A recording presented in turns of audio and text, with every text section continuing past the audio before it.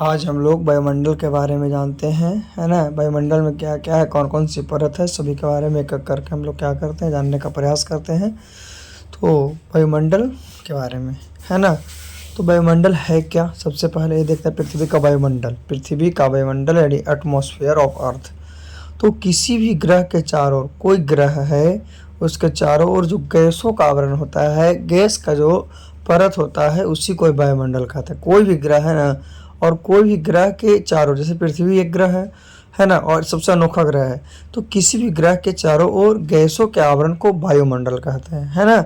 और पृथ्वी को जिस गैसीय आवरण से ढक लिया जाता है, उसी को हम लोग क्या कहते हैं, पृथ्वी का वायुमंडल कहते हैं। यानी कि पृथ्वी जो है, अर्थ जो है, अर्थ को जिस गैसीय आवरण से ढक दिया जाता है, उसे पृथ्वी का वायुमंडल कहते हैं। और इसी वायुमंडल के कारण ही पृथ्वी पर जीवन संभव है। अगर वायुमंडल नहीं रहता तो पृथ्वी पर जीवन संभव नहीं था, है ना। तो वायुमंडल की ऊपरी परत के अध्ययन को, जो वायुमंडल है उसके ऊपरी वाली परत जो है, उसकी अध्ययन को हम लोग विज्ञान, और नीचे वाले जो परत है उसकी अध्ययन को हम लोग ऋतु विज्ञान कहते हैं। यानी पूछा क्वेश्चन कि वायुमंडल के ऊपरी परत वायुमंडल के ऊपरी परत के अध्ययन जो है ना, वायुमंडल के ऊपरी परत के बारे में किसी का करता था, वायुमंडल का, वायु विज्ञान किसका हो गया, वायु विज्ञान। यानी कि वायुमंडल के ऊपरी परत के अध्ययन को वायु विज्ञान के नाम से जानते हैं। फिर निचली परत के अध्ययन क्या है, निचली परत के अध्ययन के बारे में जानते हैं। तो निचली परत के अध्ययन जो है उसको हम लोग क्या कहते हैं, ऋतु विज्ञान कहते हैं। तो वायुमंडल में पाई जाने महत्वपूर्ण गैस है, जैसे nitrogen 78.8%, oxygen 20.95%, organ gas 0.93%, carbon dioxide 0.03% और अन्य गैस जो है 0.04%। सबसे ज़्यादा क्या है, नाइट्रोजन 78% माना जाता है ना। और ऑक्सीजन को हम लोग इससे 21% मानते हैं, लेकिन है 20.95। तो इस तरह से आपका इसमें पाए जाने वाली 5 प्रमुख गैसें हैं। तो ये 5 प्रमुख गैस है, पांचों प्रमुख गैस के बारे में जानते हैं एक एक करके। क्या एक एक करके, कौन कौन था, nitrogen, oxygen, organ gas, carbon dioxide एवं अन्य गैस। किसका कितना परसेंटेज मात्रा था वो भी आपको बताया गया है, कितना किसका था, है ना। तो चलिए सबसे पहले नाइट्रोजन के बारे में जानते हैं। नाइट्रोजन जो है पृथ्वी की वायुमंडल में इस गैस की प्रतिशत मात्रा सबसे क्या है, सभी गैसों से अधिक है। जितने गैस हैं उससे क्या है, अधिक है। जैसे कि 78 पॉइंट समथिंग था। फिर है कि जो नाइट्रोजन है, नाइट्रोजन गंधहीन, रंगहीन एवं स्वादहीन है। इसका ना ही कोई टेस्ट होता है और ना ही कोई कलर होता है ना, और ना ही कोई स्मेल होता है। फिर है पेड़ पौधे के लिए प्रोटीन का सबसे बड़ा स्रोत है। और नाइट्रोजन जो है पेड़ पौधे के लिए प्रोटीन का सबसे बड़ा स्रोत माना जाता है। नाइट्रोजन आग को तेजी से फैलने से रोकती है। नाइट्रोजन जो है आग को क्या करता है कि तेजी से फैलने से रोकता है।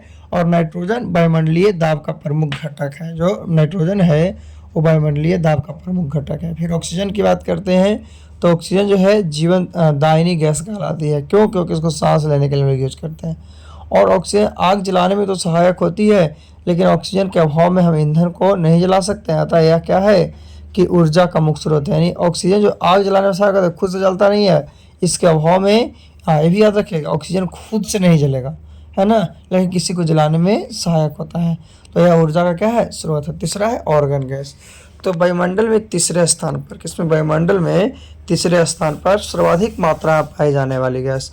तीसरा मतलब कि है जो कि वायुमंडल में सबसे अधिक मात्रा में पाई जाती है। और ऑर्गन गैस का इस्तेमाल विद्युत उपकरण जैसे बल्ब, ट्यूबलाइट आदि में किया जाता है। जिससे हम लोग कहते हैं ना है कि ऑर्गन जो है ना, ऑर्गन गैस का उपयोग कहाँ करें, विद्युत उपकरण में करेंगे, है ना। विद्युत उपकरण के साथ साथ क्या, जैसे विद्युत उपकरण कुछ हो गया, बल्ब हो गया, ट्यूबलाइट हो गया, इस सब में ऑर्गन गैस का उपयोग करेंगे। तो ये तीनों गैस को याद रखना है। सबसे ज़्यादा वायुमंडल में कौन सा गैस है, आपका नाइट्रोजन है। और वायुमंडल में तीसरे स्थान पर कौन सा गैस है, तो आपका ऑर्गन गैस है। सेकंड में क्या है आपका, तो ऑक्सीजन है ना। तो 3 नाइट्रोजन, ऑक्सीजन और ऑर्गन के बाद चौथे के बारे में जानते हैं। तो चौथा था कार्बन डाइऑक्साइड CO2। यह गैस बाहरी होने के कारण वायुमंडल की निचली परत में पाई जाती है। ये जो कार्बन डाइऑक्साइड है वो क्या है कि भारी है, और भारी होने के कारण वायुमंडल की निचली परत में पाई जाती है।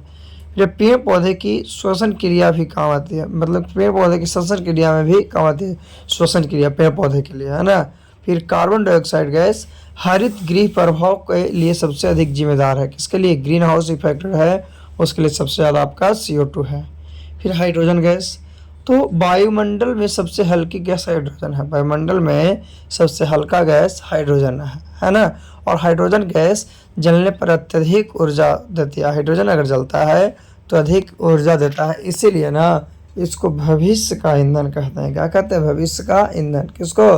तो हाइड्रोजन गैस को। हाइड्रोजन गैस को भविष्य का ईंधन कहा जाता है, क्योंकि ये जलने पर क्या करती है? अधिक ऊर्जा देती है ना।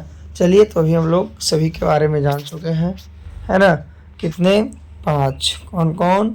तो ऑक्सीजन, नाइट्रोजन, आपका फिर एक गैस था, और फिर कार्बन डाइऑक्साइड हो गया, और हाइड्रोजन। चलिए, पृथ्वी का वायुमंडल में कितने सतह? 5 गो, जैसे कि दिखाया गया है उसी तरह से है। यानी नीचे से देखते हैं क्षोभ मंडल, संताप मंडल, मध्य मंडल, आयनन मंडल और ब्रह्मंडल। कितने सतह? 5 गो। क्षोभ मंडल, संताप मंडल, है ना, मध्य मंडल, आयनन मंडल, और क्या ये फिगर आपको दिखाने के लिए दिया गया है। जैसे कि आगे दिया गया है 5 का नाम फिर से, कि क्षोभ मंडल जो है आपका ट्रोपोस्फेयर, संताप मंडल एस्ट्रोस्फेयर, मध्यमंडल मेसोस्फेयर, और आयन मंडल आइनोस्फेयर, और ब्रह्मंडल एक्सोस्फेयर। चलिए आगे क्षोभ मंडल के बारे में। तो क्षोभ मंडल वायुमंडल की सबसे निचली परत है। जो क्षोभ मंडल, अब जैसे फिगर में दिखाया था अभी, कि सबसे निचली परत जो है आपको वायुमंडल में, और सबसे नीचे क्या है? क्षोभ मंडल। तो क्षोभ मंडल वायुमंडल की सबसे निचली परत है। क्षोभ मंडल की ऊंचाई सतह से 18 किलोमीटर तक होती है। यह क्षोभ मंडल है आपका पृथ्वी की सतह है ना, उससे कहाँ तक? 18 किलोमीटर तक ही होती है ना। और ध्रुवों पर क्षोभ मंडल की ऊंचाई 8 से 18 किलोमीटर मानी जाती है, क्योंकि 18 तक तो हाईएस्ट है, इसलिए 8 से ऊंचाई कितना? 8 किलोमीटर। और विषुवत रेखा पर कितना? 18 किलोमीटर होता है। विषुवत रेखा पर 18 किलोमीटर। फिर है सारी मौसमी गतिविधियाँ जो है ना क्षोभ मंडल में ही होती है, जैसे बिजली का कड़कना, बादल का बनना, आंधी एवं इंद्रधनुष, आंधी एवं वर्षा, इंद्रधनुष आदि, तो ये सब क्षोभ मंडल में है।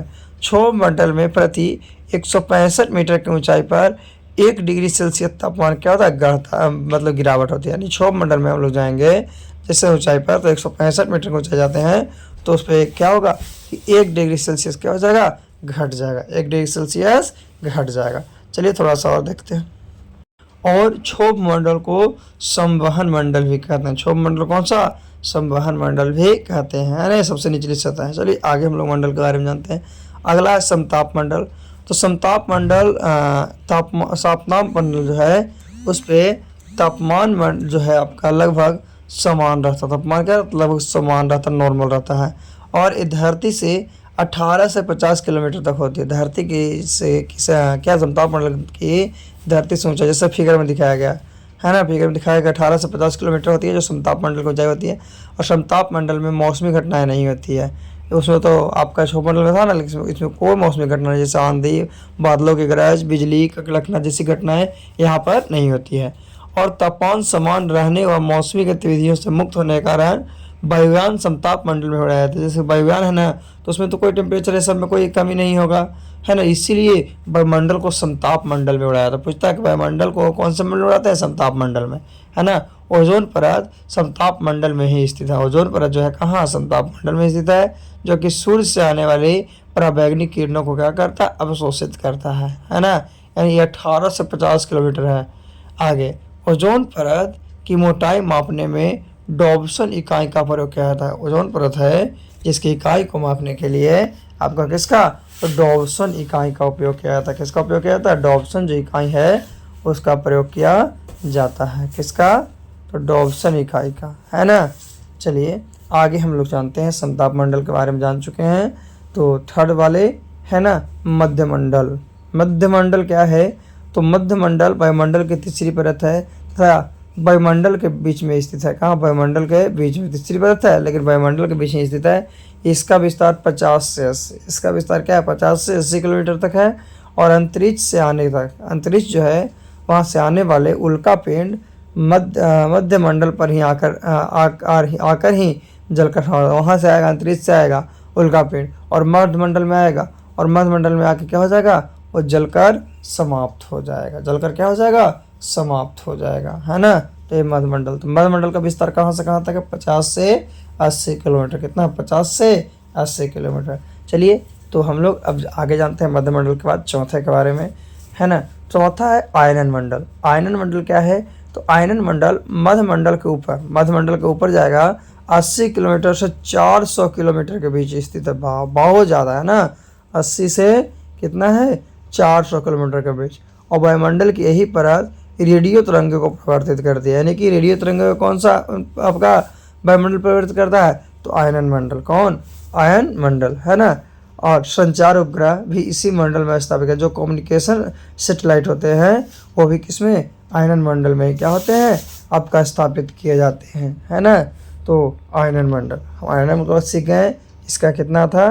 तो 80 से 400 था। और यहीं पे रेडियो तरंग भी परावर्तित होती है और यहीं पे आपका संचार उपग्रह भी स्थापित किया जाता है। कौन सा? संचार उपग्रह भी स्थापित किया जाता है। चलिए आगे हम लोग चलते हैं। और पांचवा है ब्रह्मंडल। ब्रह्मंडल है तो ब्रह्मंडल वायुमंडल की सबसे ऊपरी सतह है। जो ब्रह्मंडल है वायुमंडल की सबसे ऊपरी सतह है और इसकी कोई ऊपरी सीमा नहीं होती। जैसे 400 तक तो देख लिए थे, तो ब्रह्मांड में कोई ऊपरी सीमा निर्धारित नहीं होते, है ना। और ब्रह्मंडल में हाइड्रोजन और हीलियम गैसों की अधिकता पाई जाती है। ब्रह्मंडल जो है उसमें हाइड्रोजन की अधिकता पाई जाती है। तो ये आज का टॉपिक था। क्या था? वायुमंडल। वायुमंडल के प्रकार कौन से, वायुमंडल का रेंज कहाँ से कहाँ तक है उसके बारे में। चलिए हम लोग फिर से मिलते हैं अगले वीडियो में। क्या है और क्या